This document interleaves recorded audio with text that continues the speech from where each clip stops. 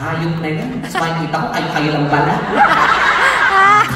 Ang alam ko lang natulog na lang talaga. Nagbihis-bihis naman ako ng ganito. Kinapirap ang ibig. Wiset. Sakit-sakit na ng ulo. Oo, naman yung bata.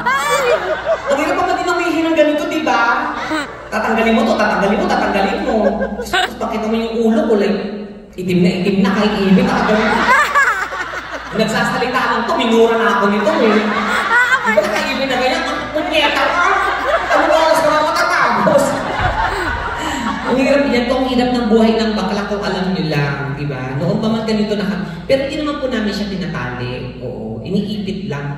Yung iba kasi kami na yung mga bakla, nagtatali kayo. Nagtatali, ano to aso, itatali mo? Kasi papa siya, halika dito tayo. Ang ginagawa ko namin, nag-iipit po kami, ginagano namin siya.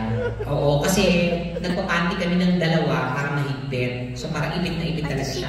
Ang problema po talaga ba nag-ipit kami, yung ulo, umaabot hanggang likod. So pag umutot ako, tinatamaan. Oh my God! Tapos pag nakakita ako ng guwapo, bumitigas. Pumapasok sa sarili kong butas. Sarili ko, tinitira ko na kung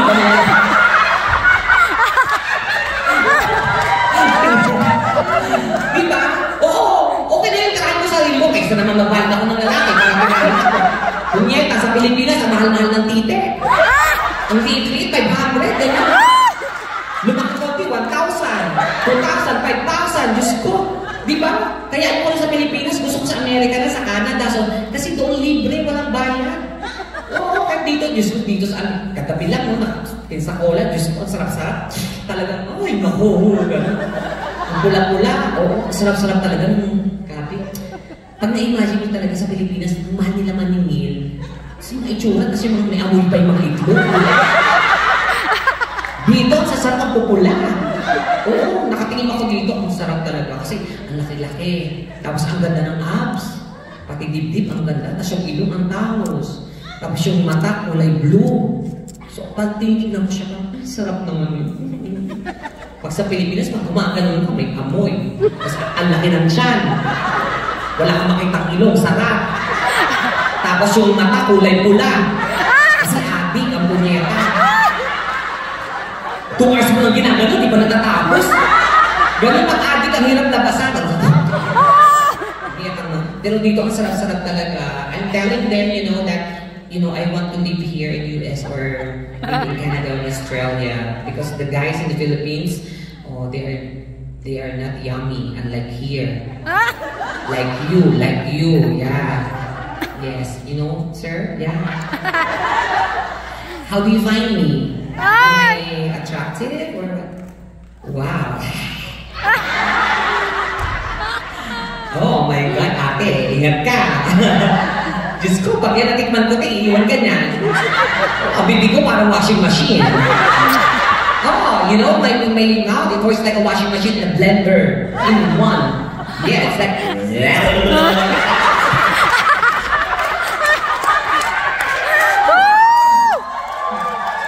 You can't resist once you have it. Yeah. No, I'm just kidding. I'm a very simple girl, And actually, I'm so happy because I really want to become a girl, a woman, But, it's what God gave me, so I accept it. But I want to have transition. So, I tried to drink some, medicine, but it doesn't suit me, so I stop it. Oh, dating pills ako, pero hindi ko gusto. So, parang, hayaan mo na kung ano na lang. Kung anong maging itsura ko, yun na lang. So, hindi na ako, wala akong mga pills, wala akong mga ganun talaga. Oo. Kaya, hindi ba ako masyado babae. Pero, ito, pinatanggal ko na. I already removed it. I went to Thailand to undergo operation. And the cost is so expensive. It's 300,000 pesos. So, I don't have that much money before. Because I'm not an artist before. I'm just a plain, service crew. Yeah, so, I'm just a plain employee, So, when I went there, I don't have that money. I only have 150,000. So the doctor, I tell the doctor if it's okay. Yeah, so he removed it. Yeah. Tinanggal niya yung ari, iniwan yung itlog kasi kailangan. Punyetang yan. May pepe ako pero may goiter. May pepe mo po yan. May eye bags, ano ba yan? Pero not now anymore. It's already okay. Yeah. You can check later if you want. And you too, Jose, if you want, okay? You try to check my nachos, okay? It's with pepper and tomatoes inside, okay? Hindi, totoo yun, mga ganun talaga. Tsaka, alam niyo po, ito lang ano, pagmamalaki ko lang sa mga bading. Ang mga bading po kasi, pag kami inoperahan, tumanda po kami. Kung ano siya nang inoperahan, ganun pa rin siya. Sa mga babae po kasi, kayo ang mga natural na meron. Pero sumasabay po yan sa pagtanda niyo. Oo, yung lola ko ngayon, ang pangit na, parang bulldog na nakasimama. Sa lola ko, nakagano na talaga. Oo, minsan madaling araw kumakahon.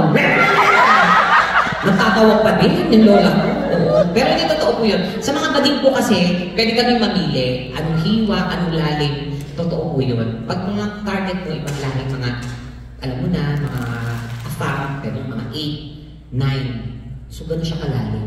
Pero pag mga Pinoy lang, mga 3 inches, okay na yun.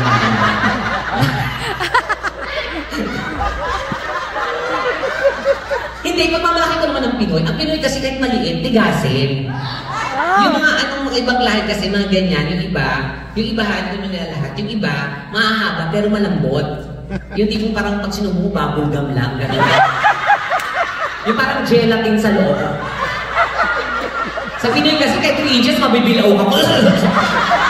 Diba? O at saka sa Pinoy, sobrang tigas niyan. Pag sinubo mo yan, pagkatapos niyan, pwede mo tungtungan eh. Tapos pagkapalit ka ng bumbilya, yung gano'n, gano'n katigas. Maglaba ka ng comforters, sampay mo, pwede pa rin. Gano'n ang mga Pilipino, pero hindi nang gano'n kahaba. Oo, medyo may kaliitan. At saka malalaman mo naman po ang ari ng lalaki kung malaki o maliit pag umihi.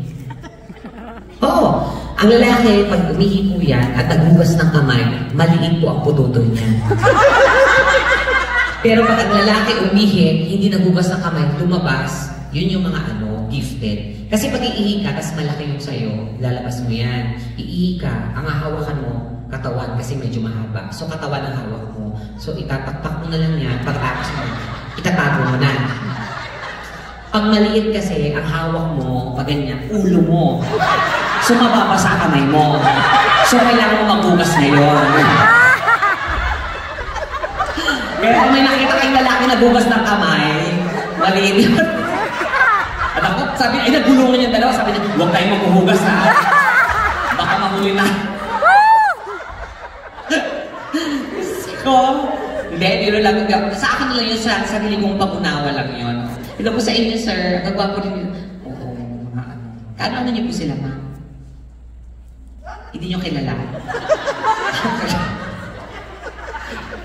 Silang dalawa, kayo po magkasama. Para kayo, hello po. Yan ang uso naman ngayon, lalaki sa lalaki po. Happy anniversary po. Ng friendship nyo. Happy anniversary ng friendship nyo. O, tapos parang pa sila nakasalamin. Nag-wedding po ba kayo dito?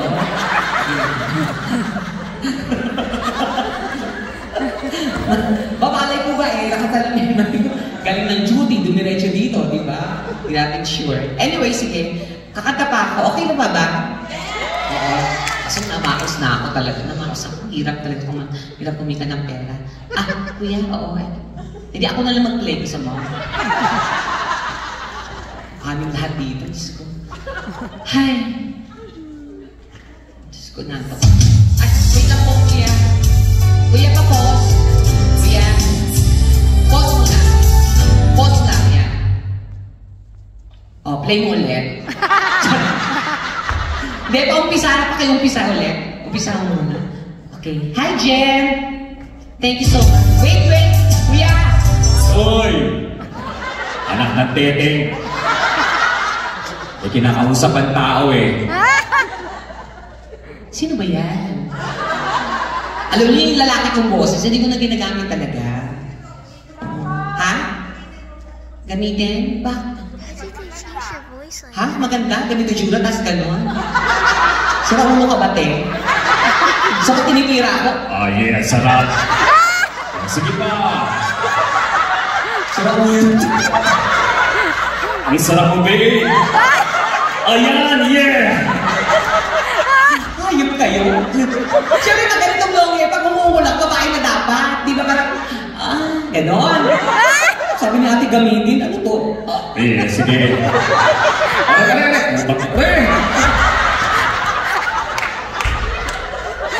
Ay, Diyos ko, mga kagaguhan nyo.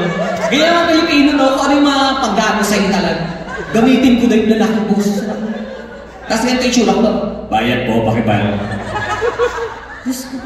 Ate, ano yun? Naiihi ka na ngayon. Nakita pinipigilan niya niya, gano'n siya, gano'n kanina. Diyos ko, matao. Anyway, sige.